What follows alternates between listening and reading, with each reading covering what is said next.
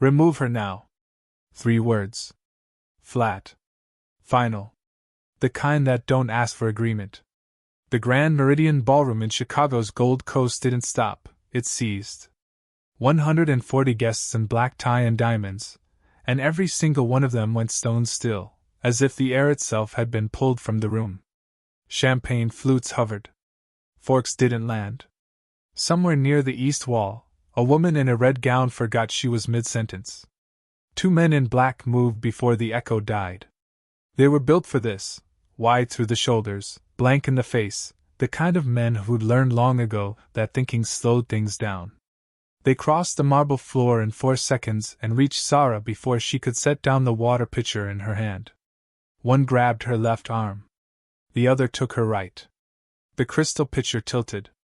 Water spread across the white linen in a slow, dark bloom that nobody moved to stop. Zara Washington did not scream. That was the first thing the room noticed. That she didn't scream, didn't beg, didn't crumble. Her jaw locked. Her spine pulled straight.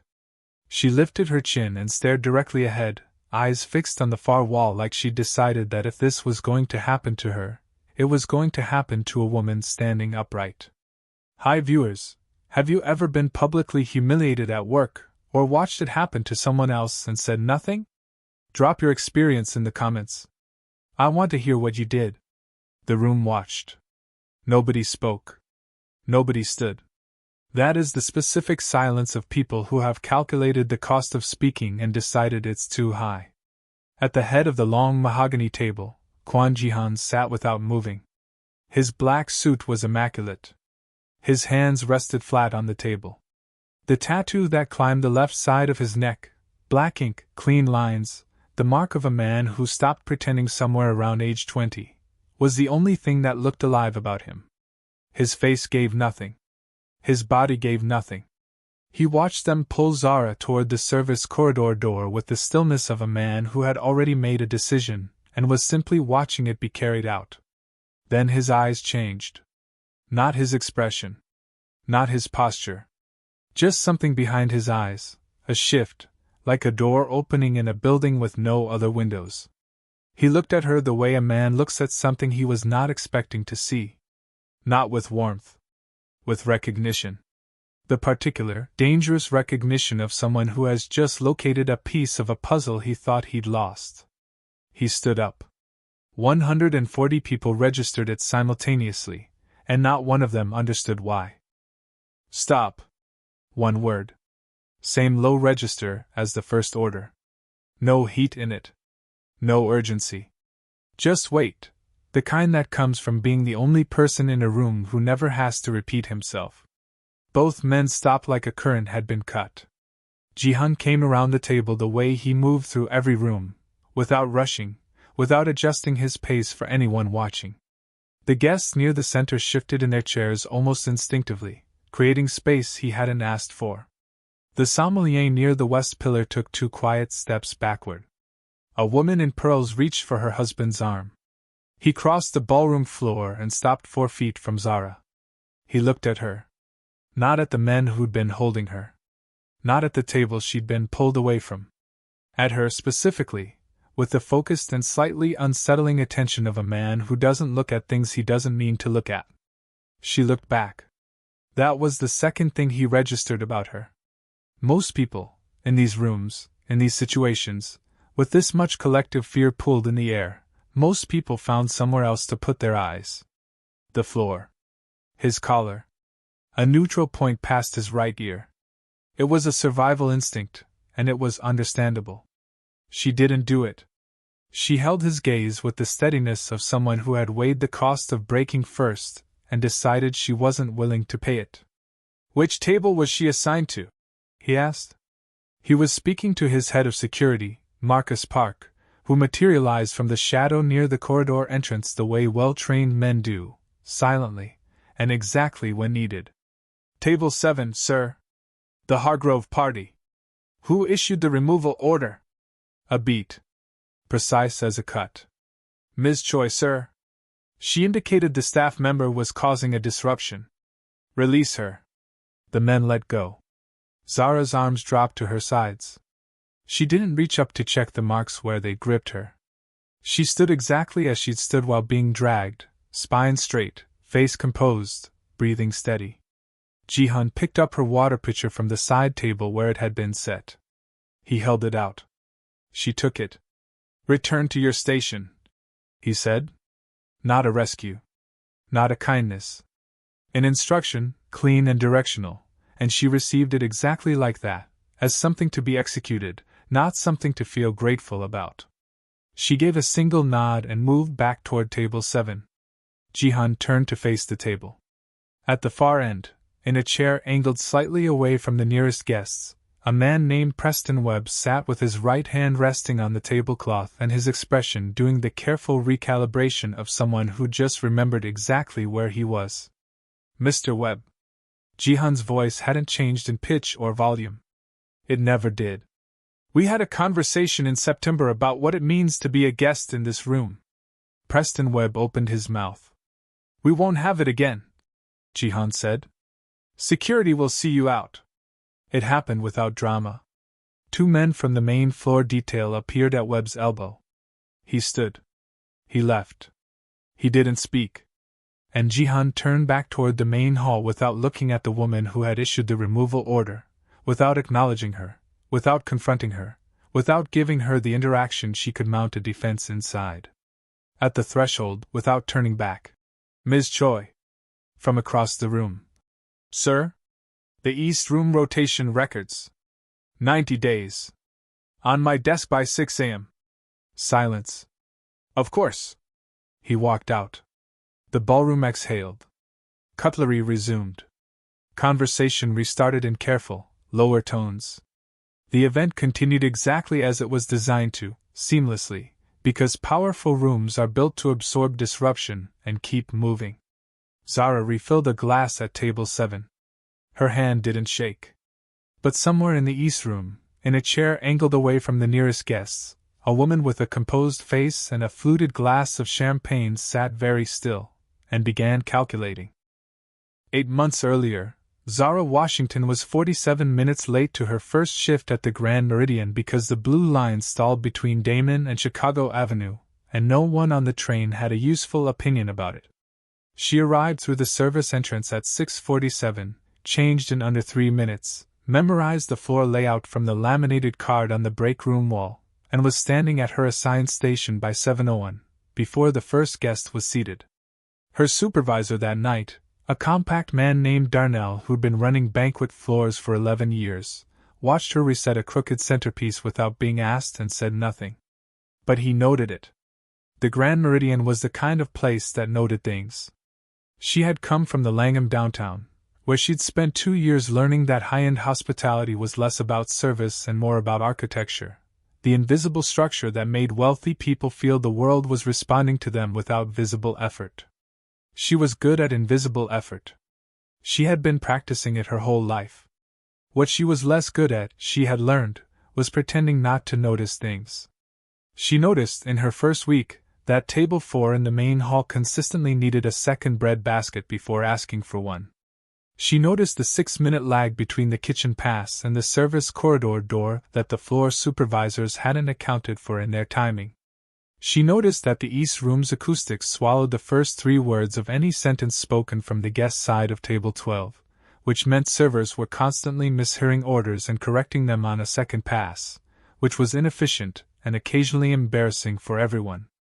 She made quiet adjustments. She didn't announce them. She also noticed, in her 3rd week, a woman named Choi Celine.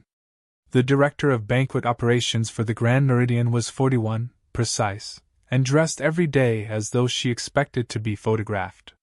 She ran the floor with the efficiency of a woman who had built her position from the inside out and understood, with the particular clarity of someone who'd watched others lose theirs, exactly how it could be taken. Celine didn't speak to Zara directly for the first month. She didn't need to. She had other tools. She watched. And on a Wednesday night in late March, Kwon Ji-hun came through the main hall on what his assistant would later log as a routine facilities review. He moved through the room the way he always did, without announcement, without performance, clocking everything. The table spacing. The service line timing. The gap near the northeast corner where the staffing was always thin. He was almost at the far exit when he slowed. Not stopped. Slowed. 2 steps below his regular pace, for approximately 4 seconds before he continued. Zara was at Station 3, her back half-turned, resetting for the next course. She didn't see it happen. But Celine, from her position near the host stand, saw every second of it. She saw his pace change. She tracked the direction of his attention.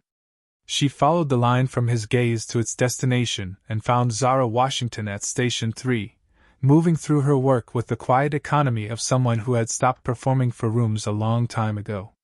Celine's expression didn't change. She picked up her clipboard. She made a note. By Friday, Zara's Thursday premium rotation had been quietly reassigned. The rotation change showed up on a Tuesday. Zara read it on the scheduling app at 6:14 in the morning while her coffee was still brewing, and she felt the specific cold clarity of someone recognizing a pattern they'd hoped they were imagining. Thursday premium banquets were where the real money lived, the parties that tipped in 3 figures, the corporate events that padded a month's rent in a single night. She'd earned that placement through 12 consecutive weeks of clean service reviews and 0 complaints logged. It hadn't been given. She'd built it. Now she was on Tuesday's setup rotation. Inventory prep. Linen counting. The kind of work that kept the machine running and kept the worker invisible. She recalculated her monthly budget before she finished her coffee. The numbers still worked, barely, if she picked up Sunday's shifts at the Meridian secondary property across the city, a smaller venue in Wicker Park that handled private events and the occasional wedding. She sent a request in by 7 a.m. It was approved by 9. She didn't file a complaint. She didn't request a meeting. She didn't tell anyone what she suspected, because suspicion without documentation was just noise, and noise gave people reasons to dismiss you before you'd finished speaking. She adapted. She adjusted. She moved. 3 Sundays later, at 11 in the morning, she was resetting breakfast tables at the Wicker Park property. Back to the entrance, music low, room empty, when the air in the space changed. She had no other way to describe it. The room didn't get louder or quieter. But something in the pressure of it shifted, the way a room shifts when something walks in that wasn't accounted for. She turned. Kwon Jihan stood 7 feet away. He was in a charcoal overcoat, no tie, the tattoo on his neck visible above the open collar. He looked, in daylight, slightly more human than he had in the ballroom, less like a position and more like a person, which she found, unexpectedly, more unnerving. She gave the professional nod. The one that says I see you and I am not disrupted by you. Then she turned back to the table she was setting. You're not on the main property, he said. Reassigned, she said, without stopping what she was doing. Sunday supplemental. A pause. From the main rotation? She set down the centerpiece. She turned to face him, because she had learned that looking away while answering direct questions reads as guilt, and she had nothing to be guilty about. I was moved off Thursday premium 6 weeks ago, she said. I adapted. Something in his expression moved. Not much. Barely visible. But she was good at reading small things, and what she read was this: he had not known. Why did you take the Sunday position instead of filing a rotation dispute? He asked. She held his gaze. Because disputes take 6 to 8 weeks and I have bills that are due in 30 days. He was quiet for a moment. What's the timestamp on your reassignment? He asked. February 19th. 6:14 a.m. He nodded once. He didn't write it down. He didn't need to. He continued toward the back of the property, where the facilities manager was waiting, and Zara watched him go with the specific unease of a woman who had just handed a very powerful man a very specific piece of information and had no way of knowing what he was going to do with it. She went back to the table. Her hands were steady. Her face was still. But in the base of her stomach, something was turning over, quiet, careful, and not entirely comfortable. By the time Jihan reached his car an hour later, He had already called his director of internal compliance and asked a single question: pull every rotation reassignment logged in the last 90 days across both properties, cross-reference them against the standard HR authorization protocol, and flag anything that doesn't match. He didn't say why. He didn't have to. The compliance report came back in 36 hours. Jihan read it at his desk on the 42nd floor of the Kwan Group's Michigan Avenue Tower, where Chicago stretched below him in the gray late afternoon light like a city that had no idea it was being watched. He read it the way he did everything, without rushing, without skipping ahead to the conclusion before he'd earned it. There were 16 flagged entries. 16 scheduling changes across a 14-week window, all passing through one authorization chain, all falling just inside the boundaries of standard HR discretion. Individually, each one was defensible. A routine rebalancing. A performance-based adjustment. A seniority correction. Together, they told a different story. The pattern was clean. Deliberate. Built by someone who understood institutional systems well enough to weaponize them without fingerprints. He set the report down. He did not act on it yet. 3 miles south, in the staff break room of the Grand Meridian, Zara was eating a late dinner alone. Brown rice from a container she'd packed that morning, a portioned amount she'd stopped being embarrassed about. Her phone was open on the table, not scrolling, just sitting there with the screen showing a spreadsheet of monthly expenses tracked to the dollar. The Sunday's shifts were covering the Thursday gap. The math was working. But working and stable were two different things, and she knew the difference. Her phone buzzed. A voice note from her younger sister, Camille. 21 years old, sophomore year at DePaul, voice bright and easy in the way of someone who doesn't yet know how hard it gets. Zara listened. Camille was fine. Classes were fine.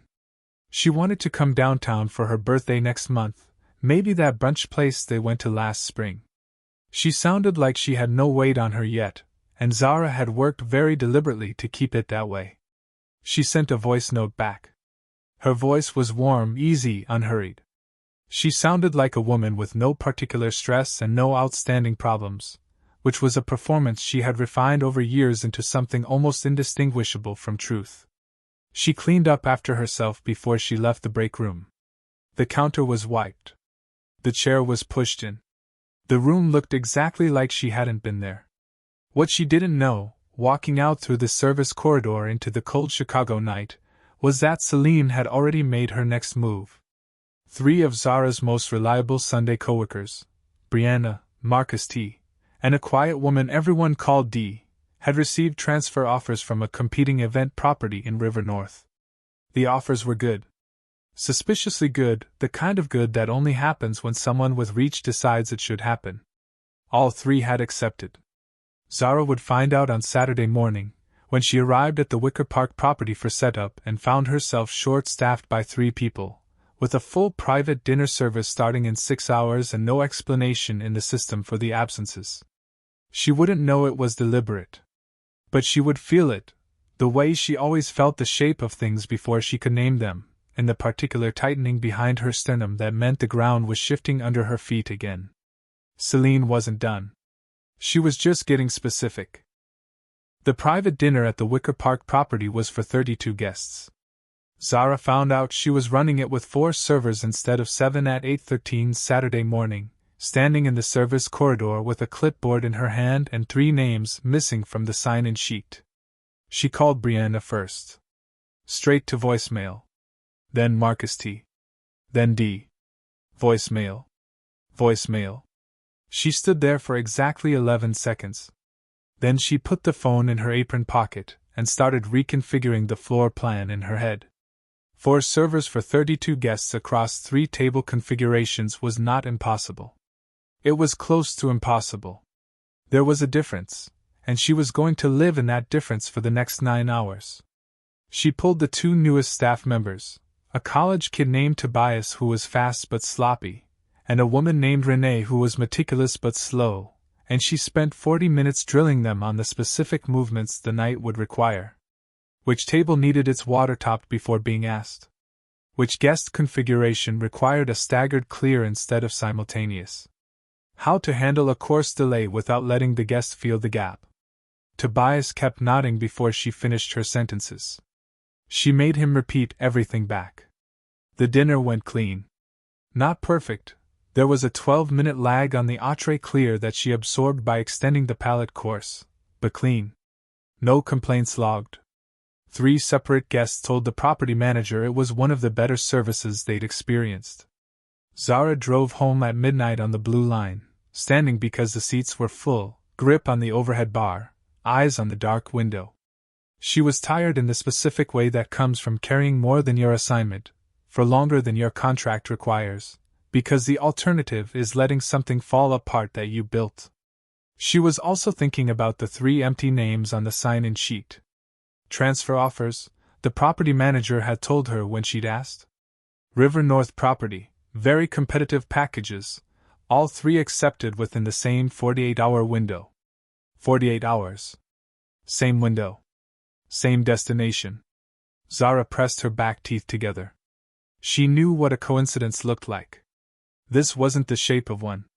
She pulled out her phone and opened a new note. She typed 3 names. She typed the date. She typed the destination property. She typed 48 hours in parentheses and underlined it with a line of dashes. Then she put her phone away and rode the rest of the way home in silence, watching the city flash past in dark windows, turning the shape of it over in her mind like a stone she wasn't sure yet whether to throw. What she didn't know was that by the time she walked through her apartment door, Celine had already moved on to the next piece. The annual Grand Meridian Investor Gala was 3 weeks out, and Celine had just personally overridden the automated rotation system to assign Zara Washington to the East Room, the secondary configuration, lower visibility, lower tips, and positioned her directly adjacent to a table assigned to a man named Preston Webb. Celine had known Preston Webb for 4 years. She knew exactly what he did in rooms where he thought no one was keeping score. She had just made sure Zara would be in his reach. Preston Webb's hand closed around Zara's wrist at 7:43. She had just finished refilling the water glass at the far end of table 12, and her back was still half-turned when she felt it, fingers wrapping her wrist from behind with the particular grip of a man who had done this before in rooms exactly like this one and never once been corrected for it. She went still. Everything in her body went very, very quiet. The kind of quiet that isn't calm, that's the opposite of calm, that's every nerve ending standing at full attention waiting to find out what comes next. She turned slowly. Preston Webb was 53, silver-haired, the kind of man who wore a watch that cost more than her yearly salary, and used it as punctuation. He was looking at her the way some men look at things they've already decided belong to them before anyone else has weighed in. "Easy," he said. Like she was the one who needed to settle down. Zara looked at his hand on her wrist. She looked at his face. "Let go," she said. Quiet. Direct. No performance in it. He didn't. He smiled instead, the specific smile of a man who interprets a woman's stillness as permission, and said something low enough that only the 4 people at table 12 could hear it. Something that landed on her skin like something dirty. The guests nearest to him shifted in their chairs. Not away from him. Away from the situation. There was a difference, and she felt it in her chest like a door closing. Nobody at that table was going to say a word. She knew this. She had known it the moment it started. These rooms had a logic, and the logic said that when something happened to someone at the bottom, the people at the top discovered something very interesting to look at on the other side of the room. She pulled her wrist. He held. A junior server named Tobias, the college kid, the one she drilled that morning, appeared at the edge of her vision near the service door. His face said he understood what was happening and had absolutely no idea what to do about it. He looked at her. She gave him one small nod toward the door. He disappeared. 30 seconds later, Celine Choi walked in. She moved with the composed efficiency of someone who had been standing close by. Her expression was arranged into professional concern, brows slightly drawn, eyes moving between Zara and Webb like she was assessing a situation she just arrived to, which was a lie so clean it was almost impressive. She placed one hand on Zara's shoulder. From 10 feet away, it looked like support. From where Zara was standing, it felt like a lid coming down. Zara. Celine's voice was warm, carrying, pitched perfectly to reach the edges of the room without being loud. I'm so sorry about the confusion. She turned to Preston Webb with a smile that had been calibrated for exactly this kind of man. Mr. Webb, I sincerely apologize for any discomfort. She made me uncomfortable, he said flatly, releasing Zara's wrist as if he'd grown bored of it. Reassign her. The word reassign hit the room like a verdict. And Celine turned to Zara, and for half a second, just half a second, in the gap between one expression and the next, something moved across her face that wasn't concern. It was the look of a woman who had just watched a plan land exactly where she aimed it. Remove her, Celine said to the security staff nearest the door. Then, catching herself, adjusting the register. Please escort her from the east room. 2 men moved. Zara didn't fight it. She didn't beg. She didn't explain herself to a room that had already decided not to hear her. She straightened her spine, she lifted her chin, and she walked, not dragged, walked, with her eyes fixed ahead, carrying herself like a woman who had decided that her dignity was the one thing in this room nobody had the authority to remove. But her jaw was locked so tight her back teeth ached. And in the base of her throat, in the place where she kept every word she'd swallowed in every room that hadn't been built for her, something was burning, quiet and contained and very, very hot. She was halfway to the corridor door when the atmosphere changed. Not loudly. Not with commotion. Just a door opening from the main hall, and a set of footsteps with a particular cadence, and the way the room reorganized itself around a presence the way rooms do when something walks in that changes the calculation. Kwon Jihan stood at the threshold. He looked at her immediately, like his eyes went there first, before anything else in the room. And his face did something she had not seen it do in any of the moments she'd observed him. It went hard. Not cold. He was always cold.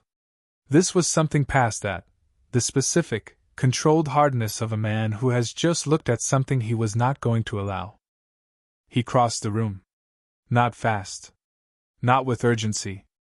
But with a directness that made the 2 men holding Zara release her before he even spoke.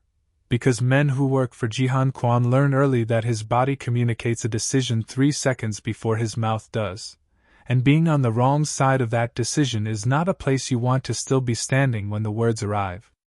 Zara's arms dropped to her sides. She didn't rub her wrists. She didn't step back. She stood exactly where she was, and she waited, and she looked at him with the same direct steadiness she'd used the first time, not because she wasn't shaken, but because she had learned young that the moment you let a room see you flinch, the room decides what happens next. Jihan stopped in front of her. He reached past her to the side table where her water pitcher had been set when they grabbed her. He picked it up. He held it out. She took it. Return to your station, he said. Not a rescue. She understood that. It was a correction, the same way you correct a miscalculation in a system. Not because you feel something about it but because wrong is wrong and he was not a man who let wrong stand in his rooms. She nodded once and moved back to her position without a word. Jihan turned to face table 12. Preston Webb had the specific posture of a man doing rapid internal math, recalculating, reassessing, arriving too late at the answer that should have been obvious before any of this started. Webb. Jihan's voice was level. Completely level. That was the part that made it worse. You were extended a standing invitation to Meridian events in 2021 as a professional courtesy. Preston Webb's mouth opened. I'm withdrawing it, Jihan said. Tonight and going forward. Security will see you to your car. 2 men from the main hall detail arrived at Webb's elbow. He stood. He didn't argue. Men like Preston Webb understood power the way weather instruments understand pressure. They didn't debate it, they just registered it, and adjusted. He left without a word. The room had gone absolutely still again. And then Jihan turned, not to the guests, not to the staff near the door, not to the sommelier who had pressed himself against the west wall like he was hoping to become part of it. He turned to Celine. He didn't speak to her. He looked at her for a period of time that was not long, 4 seconds, maybe 5, with an expression that was completely neutral and completely devastating, the specific look of a man who has already finished the calculation and is simply allowing the other person to understand that he has. Celine held the look. She was good at this, the performance of composure under pressure. She had practiced it. But something in her throat moved. An almost invisible swallow that she couldn't quite stop. Jihan turned toward the main hall. At the threshold, "Ms. Choi." Her voice, when it came, was 3 degrees quieter than usual. "Sir?" "My office. Monday. 7 a.m. He paused just long enough for the weight of it to land. "Bring the rotation records for both properties. The last 6 months. A silence. "Yes, sir." He walked out. The East rooms sat in the aftermath of him for a full 10 seconds before anyone moved. Then cutlery resumed. Then conversation, lower now, more careful, the particular hushed register of people processing what they'd witnessed without wanting to be overheard doing it. Zara filled a water glass at table 12. Her hand did not shake. But inside her chest, something she had been holding for a long time, the compressed weight of 14 weeks of quiet, grinding, invisible pressure, had shifted. Not released. Shifted. Like something very heavy being moved an inch to the left. She didn't trust it yet. She knew better than to trust relief before it had been given time to prove it was real. But across the East room, in a chair angled toward the window, Celine Choi sat with her champagne glass untouched and her mind working very fast. Because she understood, with the clarity of someone who had built a career on reading power correctly, that she had just run out of room. Monday was 3 days away. She needed to decide what to do with 72 hours. Celine was gone by Tuesday. There was no scene. No confrontation in a conference room with witnesses and a list of charges read aloud. No moment where she was given the opportunity to defend herself or reframe what the records showed. Her access credentials stopped working at 7:06 Monday morning, 4 minutes before the meeting was scheduled to start, and when she reached the 42nd floor and tried the executive suite door, a junior legal associate she had never seen before was waiting in the hallway with a prepared document in a manila folder. She read it standing up, because she was not offered a chair. 6 months of rotation records. 16 flagged entries. Staff transfer patterns across both properties. Authorization chains that led, every single time, to the same source. It was all there, everything she had constructed with such care, every move she had made inside the system's own language, reconstructed by a compliance team that had clearly been working backward from a conclusion someone very specific had already reached. The document did not mention Zara's name. It didn't need to. Celine signed where indicated. She gathered nothing from her office because her office access had also been revoked. She walked back to the elevator with the folder tucked under one arm, her heels precise on the marble, her face exactly as composed as it had been for 6 years in these halls. The elevator doors closed behind her. The building continued operating without a pause, because institutions built by men like Jihan Kwan are designed to absorb departures without breaking stride. That same afternoon, Zara was called to the HR office on the 14th floor. She had spent the morning running a Tuesday setup rotation with the specific focused calm of a woman who had decided not to let herself feel anything until she understood what there was to feel. She had not told anyone what happened at the gala. She had not filed anything. She had shown up, tied her apron, and done the work. The HR director was a quiet man named Gerald Fitch, late 50s, the kind of man who delivered both good news and bad news with the same measured tone and let the content do the work. He offered her a seat. He set a revised contract on the desk between them. She picked it up and read it completely, every line, every clause, the compensation adjustment, the senior floor supervisor designation, the main hall rotation that moved her out of Tuesday's setup and back into the premium banquet schedule where she had earned her place 14 weeks ago and been quietly removed from. She read it twice. Then she set it down and looked at Gerald Fitch. "Is this contingent on anything?" she asked. "No," he said. "It's a standing offer." Who authorized it? A pause, small and careful. It came through standard HR channels with executive approval. She looked at the contract again. The scheduling authority listed here, does it include override capability on rotation assignments? It does, he said. She asked 2 more questions. He answered both. Then she picked up the pen and signed. She folded her copy and slid it into her bag.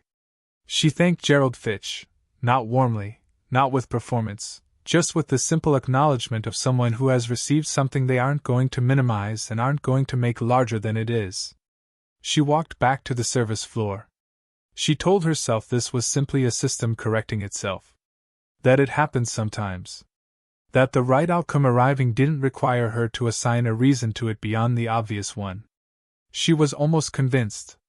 But there was a question she couldn't put down, small and persistent, the kind that doesn't get louder, just stays, like a sound at the edge of hearing that you can't stop being aware of. She had been in this building for 14 months. She had filed no complaints. She had documented nothing formally. She had adapted, adjusted, absorbed, silently, completely, without making noise. So how had the right person known exactly where to look? She didn't have the answer.